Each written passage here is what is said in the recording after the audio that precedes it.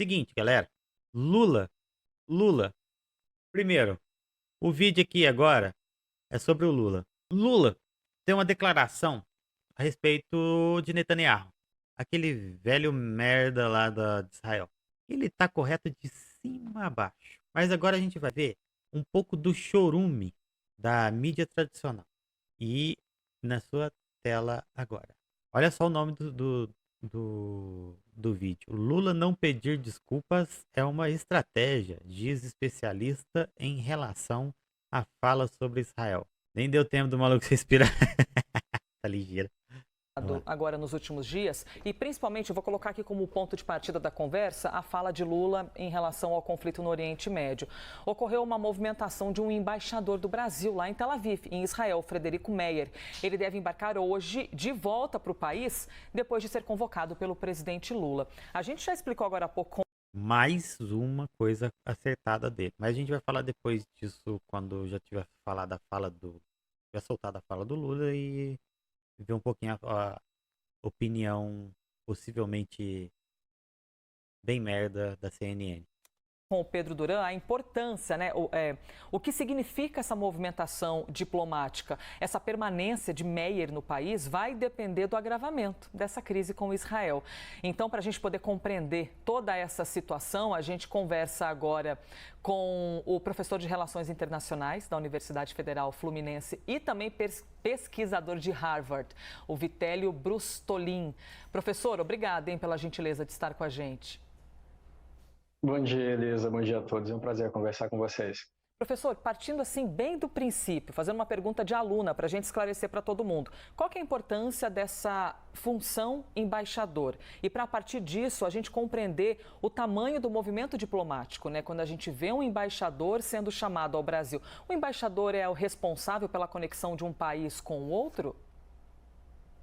Esse é um bom resumo, Elisa. O embaixador ele é o chefe de uma missão diplomática, ele representa um país no outro. E existem tratados internacionais para regular essas relações diplomáticas. Então, existe um tratado, por exemplo, o Tratado das Relações Diplomáticas, que no seu artigo 9 tem a figura da persona não grata. Geralmente, essa figura é utilizada para diplomatas. Então, quando um país renega, dá esse status de persona não grata, esse país pede que aquele chefe da missão diplomática, que pode ser o embaixador, mas também pode ser outros membros da missão diplomática, pode ser um cônsul, por exemplo, que tem um cargo inferior, embaixador geralmente não numa capital, numa cidade importante de outro país, que essa pessoa se retire da missão diplomática, ou seja, que se retire do país.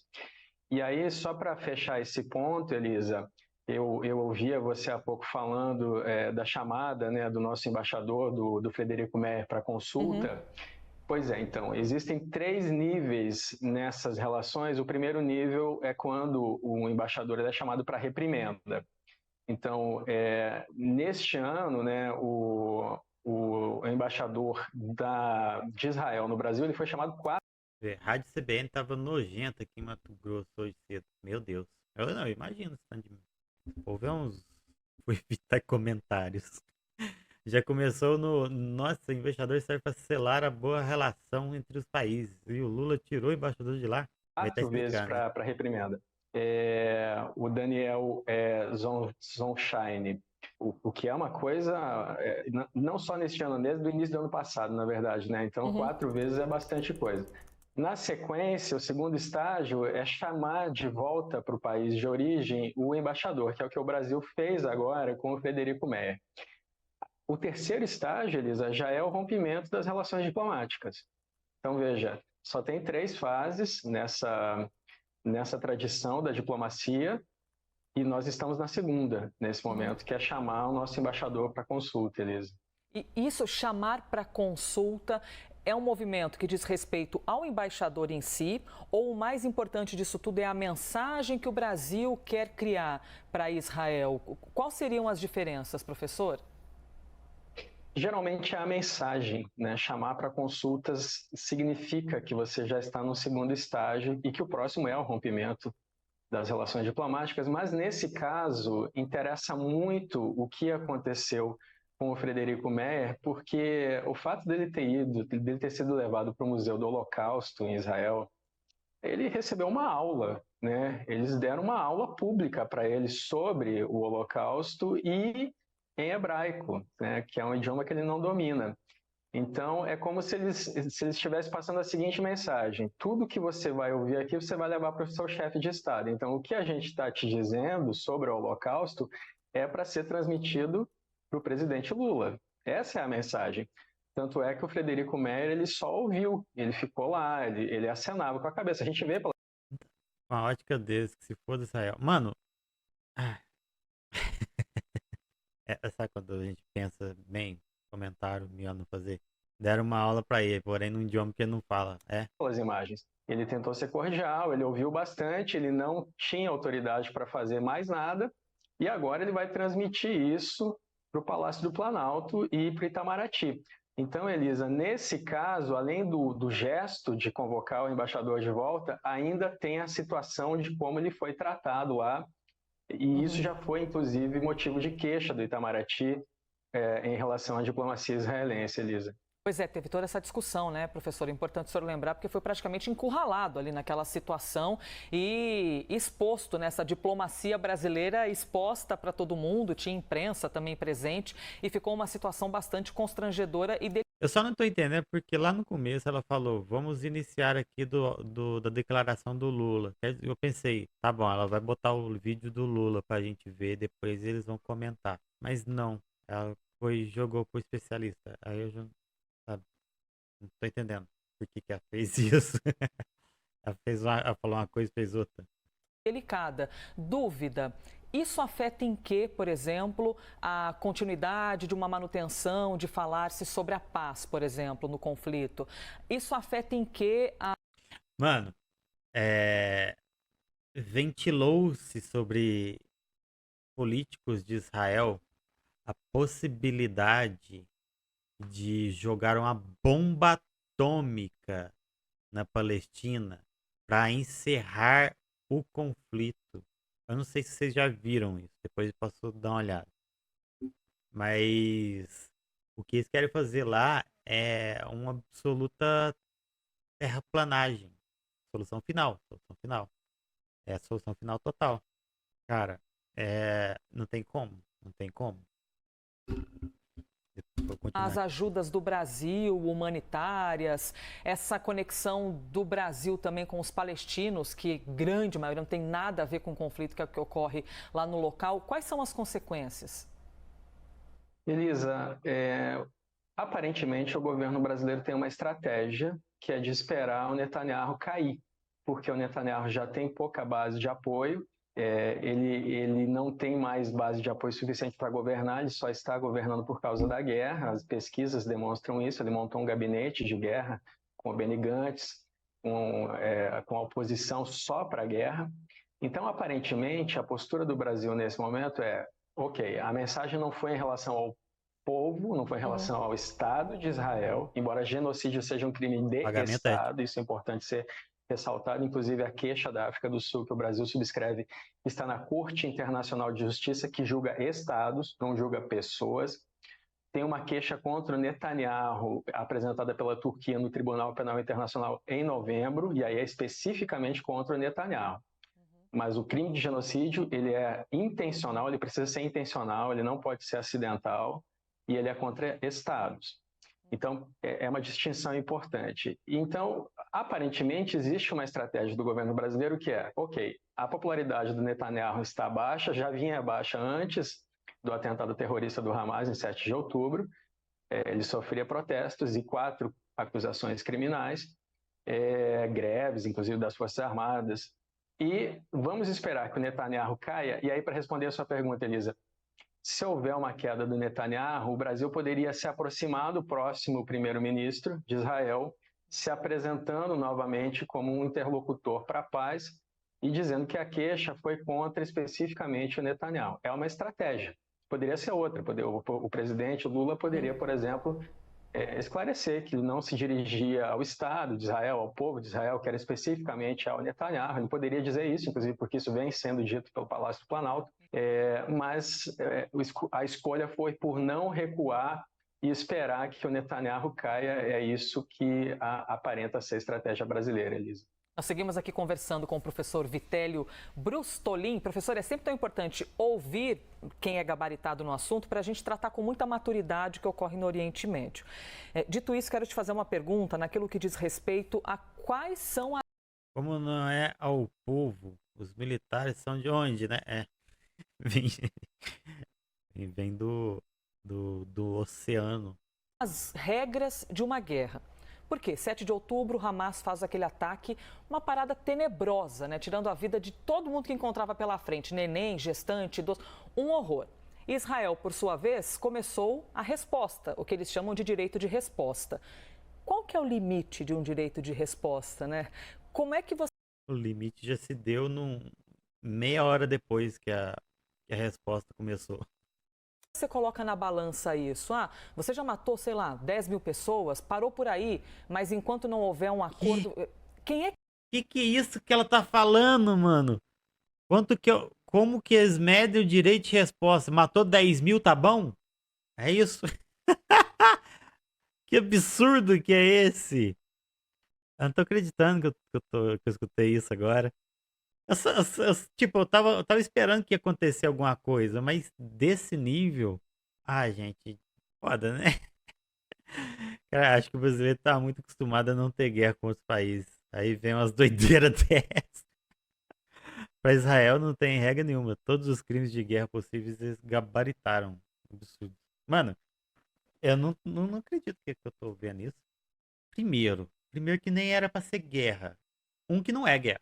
Não é guerra. Guerra é quando há lados supostamente competitivos um contra o outro e que os dois lados têm baixa e tudo, né?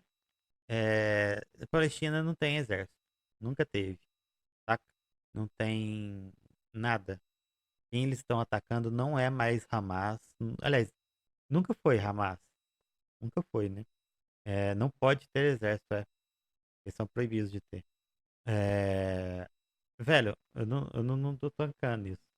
Eu não tô tancando. Eu vou só dar sequência. que determina isso, esse negócio horroroso que a gente tem visto por lá? Tá. Essa pergunta é muito boa, vou precisar dar uma resposta um pouco técnica, porque Certo. existem algumas convenções internacionais. Por exemplo, o Estado da Palestina ele é reconhecido por 139 dos 193 países da ONU. Ele ainda não existe de fato, porque um Estado, para existir, ele precisa de 4 critérios: precisa de território, população, governo e reconhecimento que esse governo pode cumprir as obrigações internacionais. Mas eu estou dizendo isso porque o Estado da Palestina ele é signatário do Tribunal Penal Internacional desde 2015. Então, em teoria, os crimes do Hamas eles poderiam ser levados ao Tribunal Penal Gringou. Internacional. Israel não é signatário do Tribunal Penal Internacional, mas é signatário dos Tratados de Genebra, de 1949 e 1977, os protocolos adicionais. Então você perguntava dos crimes, né? Quais crimes o Hamas, por exemplo, cometeu? Tortura e tratamentos desumanos são crimes de guerra. Cometer ato de violação, escravidão sexual ou estupro, né? Matar civis. Quais crimes Israel cometeu? Crimes de guerra, né? Aparentemente. Gente, não é os crimes. Já não é mais os crimes do Hamas, velho. Pra poder dar justificativa a isso, tem que falar de crime da Palestina. E qual crime foi? Viver 76 anos levando chumbo de Israel é um crime agora? Ter o seu país invadido por, por outro país de povos como posso dizer? Ter o seu país invadido por Israel, no caso, seria um crime também? Não sei. É uma coisa muito estranha, sabe? A cara desse cara termina. Aparentemente, ele falou aparentemente. Falou. Mano, eu tô meio que. É difícil comentar essas coisas. Não foi isso que ela perguntou. Nada a ver isso que ela perguntou. É claro, tudo isso precisa ser apurado, Elisa. Eu estou falando pelo que nós observamos do conflito nesse momento, né? Então, impedir ingresso de itens indispensáveis à sobrevivência. Israel permite o acesso de ajuda humanitária na faixa de Gaza, mas Israel tá permitindo isso, velho. Da onde que tá falando isso? Pra cada meio quilo de comida que entra lá, outras toneladas não estão entrando, estão sendo barradas. Vai tomar no cu, cara. CNN, é isso aí mesmo. Isso aqui é o Gimo. Como você consegue manter a voz calma? Eu tô evitando de falar em vez de, de começar. Não tô zancando. Permite o acesso, depois destrói os depósitos. É inacreditável. Vou parar de ver, Lucas. Desculpa, Vegano LED. Eles vão lá, destrói os depósitos. Eles vão lá, mandam os caras saírem por tal lugar e bombardeiam esse tal lugar. É um absurdo, cara, é um absurdo. Ele não disse não permite acesso? Não, não disse isso. Sinto muito, mas não foi isso. Entendeu? Nesse momento, né?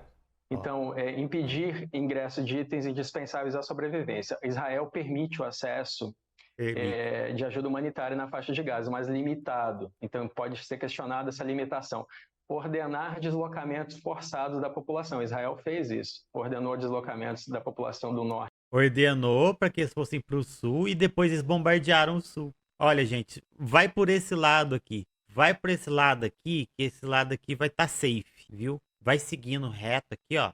E aqui a gente não vai fazer nada, né? E você pode ir por aqui. Aí, um dia depois, enquanto eles estavam caminhando pelo sul, para poder ir embora, eles bombardearam o caminho inteiro por onde eles estavam indo embora. São gente boas, né? Demais. Mas sabe o que que é o pior? O pior de tudo, é que isso aí é a parte mais leve. Porque hoje eles estão fazendo campos de concentração.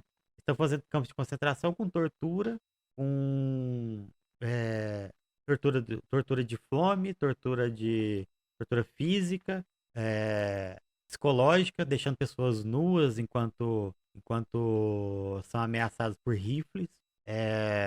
Tem imagens das pessoas atrás de grades, esperando, aliás, pedindo por comida enquanto os soldados faziam refeições fartas. O povo com a tigelinha, dá um pouquinho para mim, cada um de atrás das grades, pedindo só um pouquinho, com a tigelinha na mão. E o soldado com N caldeirões cheios de comida. N caldeirões cheios de comida. Um absurdo, um absurdo. Coisa que a gente não vai ver aqui. Com certeza não vai ver aqui nesse vídeo. Parte para o sul e, nesse momento, ameaçam um ataque em Rafah, seria um deslocamento forçado. E aí tem a questão sobre o ataque à população civil. E aí entra o genocídio, né? Então, é importante que a gente converse sobre isso, porque essa é a acusação, que Israel comete genocídio. O genocídio, pela Convenção de 1948, que foi uma... Na moral, tô no trabalho tremendo e mordendo de raiva. E tá certo, você tem coração, é isso mesmo que você tem que fazer. Nem devia estar no chat. Os velhos do 8 do 1 detidos em Brasília podiam ser comparados a campos de concentração. Agora as autoridades israelenses que estão cometendo os crimes contra a humanidade de apartheid e de perseguição não podem ser ligados ao local. Continuar Uma aqui. convenção criada por conta do que aconteceu com os judeus na Segunda Guerra, no Holocausto. O genocídio prevê que um Estado intencionalmente, é muito importante essa expressão, intencionalmente queira exterminar pessoas de 4 categorias, pessoas por nacionalidade, etnia, raça ou religião. Isso é genocídio, é matar gente, exterminar gente. Então, veja só, Israel alega que não tem a intenção de matar pessoas civis em Gaza. E por isso... Gente, não tem intenção, não. Aí depois que nem o Mano Brown falou, né? Depois que inventou desculpa, ninguém mais morreu. Ninguém mais ficou doente. É isso. É exatamente isso. Se fuder, velho. Por não ter a intenção, não pode ser acusado de genocídio. Israel alega... Olha, eu tô fazendo isso aqui, exatamente essas coisas aí que um genocida faz, mas não é a minha intenção, tá certo? Então não pode considerar genocida, porque eu não tô fazendo isso com intenção de ser genocida, mas eu tô fazendo com intenção de fazer essas coisas que genocida faz, sabe? Eu quero fazer essas coisas que genocida faz, só que eu não tenho intenção de ser genocida. É isso, o depoimento dele é mais ou menos isso. A mídia burguesa sempre querendo controlar e distorcer a narrativa. Nazismo, fascismo existem e são ignorados pela burguesia por opção, afinidade. Professor pisando em ovos, escorregando em todos. Israel tava de palhaçada com o Brasil desde a demora na liberação de saída dos brasileiros da faixa de Gaza. Sim, certeza. Tropecei e cometi genocídio. É isso. É isso que tá acontecendo. Que as pessoas são um efeito colateral porque os terroristas do Hamas Efeito colateral. Gente, Hamas já acabou faz tempo. Ali naquele povo ali não tem mais nenhum de Hamas ali não. Você quer ir atrás do Hamas, vai ter que ir nos países vizinhos aí, tentar achar um ou outro. E ali acabou já, velho. Acabou assim, logo de cara, assim, na primeira semana. utilizam como escudos humanos na faixa de Gaza. Não, Então, o que Israel está dizendo é que não tem uma prova disso. Não tem uma prova disso que falou que usa a população como escudo humano. Eu sei que é a declaração do Netanyahu, mas, porra, o cara parece estar acreditando, né? Vai se fuder. como não tem a intenção, isso não é genocídio. Isso é muito questionável. Essa ação está na Corte Internacional de Justiça, Elisa. Veja que a ação é contra o Estado. É importante que a gente ressalte isso, porque quando o presidente Lula acusa Israel de cometer genocídio, ele está acusando o Estado, por mais que ele diga que é o Netanyahu. Por outro lado, é difícil comprovar a Eita, peraí, estão chamando aqui. Meu Deus, meu Deus. intenção de um Estado. Por exemplo, na Alemanha nazista, era muito claro o plano dos nazistas para eliminar os judeus. Eles tinham o que eles chamavam de solução final para os judeus. Eles criaram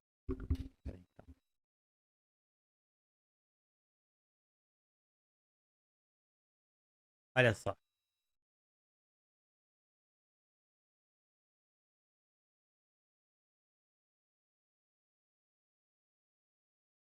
Olha aí. Não é à toa. Não é à toa que estão falando em genocídio. Não é à toa. Tá ligado? Não é à toa. Tem muita diferença. Mas vamos lá, continuando aqui. câmaras de gás, campos de concentração. Eles mataram 6 milhões de judeus. Existia uma política de Estado para matar os judeus. No caso dos palestinos, é muito difícil comprovar isso, porque de 1990 a 2002, a 2022, a população da Palestina cresceu 150%, contrastando com a média mundial de crescimento de 50%. E é muito difícil comprovar que, nesse momento, Israel comete genocídio, porque tem que comprovar a intenção, tem que comprovar o dolo. O que não significa, Elisa, que Israel não possa ser acusado de cometer crimes de guerra, né? Abuso. Não, cara. É genocídio. Sabe? O cara falar que não tem intenção de matar o povo não exime ele de ter feito coisas que mostram que ele tem intenção de matar o povo. Como assim? Mano, é inacreditável que o cara caiu nessa, né? Olha, ele disse que não tem intenção. Ele fez tudo que um genocida faz, mas ele não tem intenção. O cara nem. Não. Continuar, vai. Os crimes contra a humanidade são outras tipificações. O genocídio é muito mais restrito e tem que ser doloso. Eu acho que aqui a gente já fez um resumo, mais ou menos, dos crimes possíveis dos dois lados e que precisam ser investigados, Elise. Sim, é importante ouvi-lo sobre essa descrição para compreender onde está embasada a fala do presidente Lula, fez a crítica, criou-se toda uma situação diplomática e já afirmou, professor, não pretendemos pedir desculpas. É uma apuração que chegou aqui para a gente na CNN Brasil. Essa postura de não pedir desculpas, o senhor avalia que é o mais correto, que esse pedido de desculpas poderia piorar a situação? É difícil a gente falar sobre correto e incorreto. É uma estratégia. O Lula espera a queda do Netanyahu, né? O que é uma coisa muito complicada, porque o Brasil tem uma história na história de Israel. O Oswaldo Aranha foi o diplomata brasileiro que dirigia a reunião da ONU sobre a criação do Estado de Israel em 1947. E o Estado de Israel foi criado em 1948. O Brasil foi um dos primeiros países do mundo a reconhecer Israel. Israel tem uma parceria tão importante e significativa com o Brasil que Israel é um parceiro do Mercosul desde 2007. A gente tem um tratado com Israel. E o Mercosul, o Brasil é líder do Mercosul. Então, é uma situação muito complicada. O Brasil também defende a solução de dois estados. É uma escolha histórica da diplomacia brasileira que vem lá de 1947, lá da diplomacia do Oswaldo Aranha. Então, se o presidente Lula pedisse desculpa ou esclarecesse essa situação, seria considerado, sim, um ato de grandeza do presidente, mas, ao mesmo Não, tempo, de haveria fraqueza. Fraqueza. Pedir desculpa é fraqueza. Grandeza o cu dele. um recuo na questão da defesa dos palestinos, porque ele ficaria com menos possibilidade de falar. Ou não, poderia ser um pedido de desculpas muito bem elaborado, dizendo que se dirige apenas ao Netanyahu. Mas veja, Elisa, mesmo que o pedido de desculpas fosse esse, que é a versão atual do governo, olha, a crítica é só ao primeiro-ministro. Mesmo assim, o Netanyahu não vai ceder, porque comparar o que Israel faz agora com o Holocausto é comparar o Netanyahu com o Hitler, né? Quem ordenou o Holocausto? O Hitler. Então, é muito complicada a situação, né? E é claro que toda essa análise foi feita pela diplomacia brasileira. Então, a estratégia parece ser aguardar que o Netanyahu caia. Muito bem, conversamos com o professor de Relações Internacionais da Universidade Federal Fluminense e também pesquisador. Olha, que conteúdo merda que eu coloquei aqui, né? Desculpa, desculpa, desculpa. Vou colocar outra aqui pra ver se eu me redimo com vocês. Agenda, Mentira, o esse aqui é presidente do Lula SBT. encerrou a viagem ao continente africano É do SBT. Se vai, se eu vou me redimir, não vai ser agora, não. Mas vamos lá. e já está no Brasil. Mas ainda na Etiópia, pouco antes de embarcar, ele fez declarações polêmicas sobre a guerra entre Israel e Hamas. Acompanhe na reportagem dos enviados especiais Addis Abeba, Sérgio Uti e Louis Blair. O presidente fez no domingo o que não conseguiu fazer nos dias anteriores por problemas de agenda dos africanos. Teve reuniões bilaterais com o presidente do Conselho Presidencial da Líbia, além dos presidentes do Quênia e da Nigéria. Ao falar com os jornalistas, reclamou da queda do comércio com o país mais populoso do continente. 10 bilhões de comércio, ou seja, caiu para 1 bilhão e 700, 180 bilhões de habitantes lá, 200 no Brasil, e a gente não tem um voo, não tem um avião que transita entre Lagos e São Paulo. Então, nós vamos ter que discutir no Brasil internamente e na África a nossa geopolítica, para a gente não ficar dependendo de alguém para ir à Nigéria, poder saber a Europa para depois descer para a Nigéria. Não tem nenhum sentido.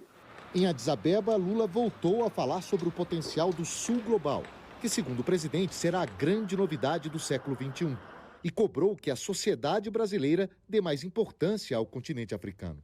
A cabeça, sabe, do nosso país ainda é uma cabeça muito elitista, muito subordinada à cultura europeia e aos Estados Unidos e não pensa no mundo. Nós queremos pensar, abrir esse mundo para que todos possam participar. O presidente falou por pouco mais de meia hora com os jornalistas. E, novamente, um assunto que esteve presente em todos os dias dessa viagem à África veio à tona: a guerra na faixa de Gaza. Desta vez, porém, ele subiu o tom das críticas que faz a Israel, usando inclusive o Holocausto como referência para o que acontece agora com o povo palestino.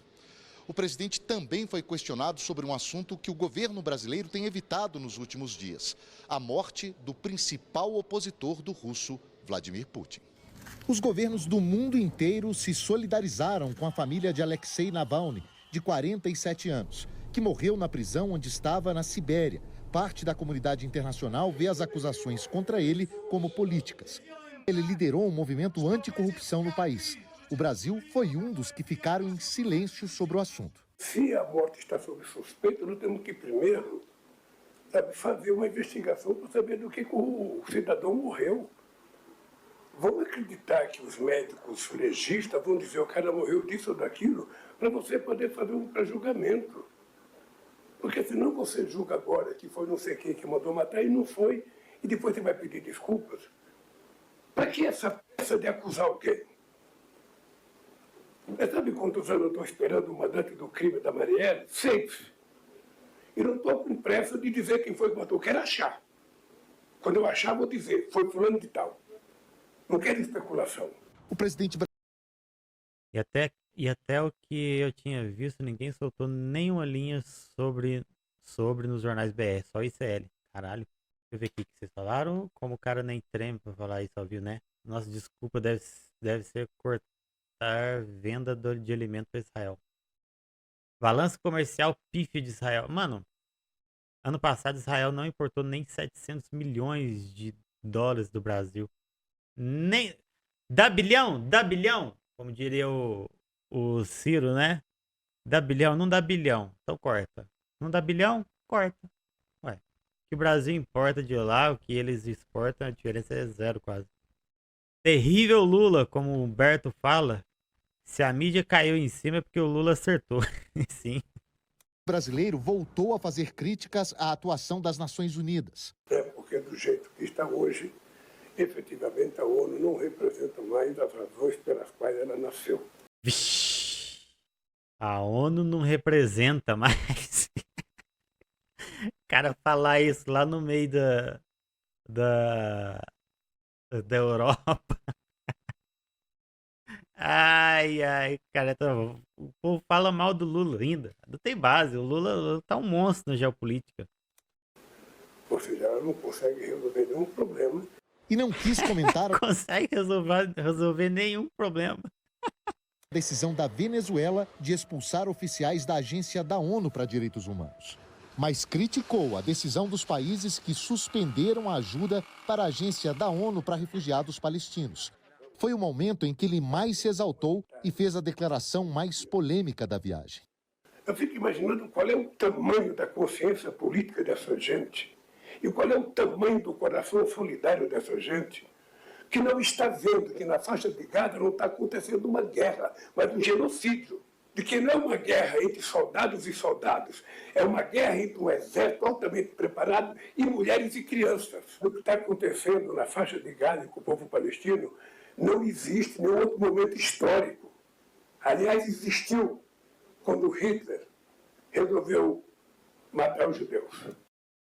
É. Uhul! Agora, ó. Ó que chegou. Na hora. Chegou agora. Faz o L, galerinha. Faz o L, ó. Faz o L. Ó. Vou colocar aqui pra galera ver. Deixa eu ver. Aqui, ó. Aí, não deu. Eu tô errando aqui, ó. Eu tô errando a mira. Somos milhões. E fizemos o L. Somos milhões. E o Lula. Somos milhões de fazedores de L. Os milhões. Foda-se. Faz o E de novo, faz o E.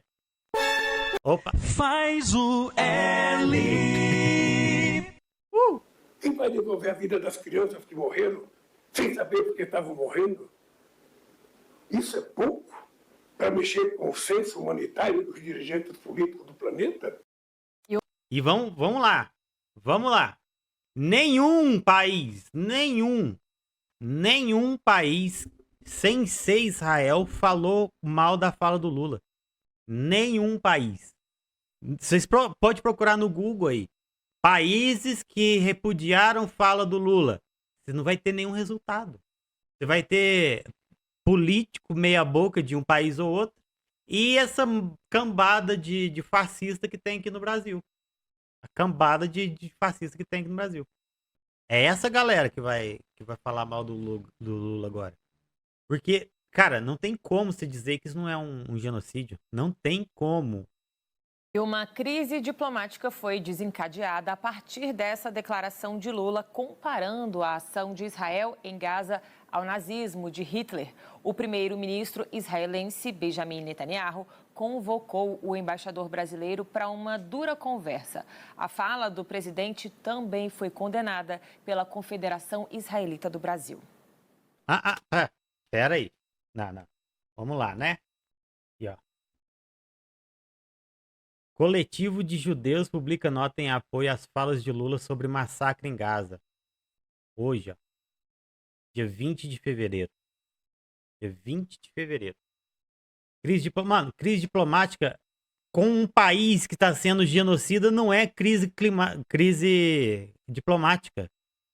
Não é crise diplomática. Se o país está sendo um filho de um verdadeiro filho da puta genocida, você tem que cortar a relação e foda-se. Foda-se. Lula fez pouco até. Lula fez muito pouco. Mano, não faz sentido. Não faz sentido. Durante uma conferência em Jerusalém, Netanyahu disse que Lula desonrou a memória de 6 milhões de judeus que foram vítimas do Holocausto e que ele deveria estar envergonhado. Ah, tá. Uhum.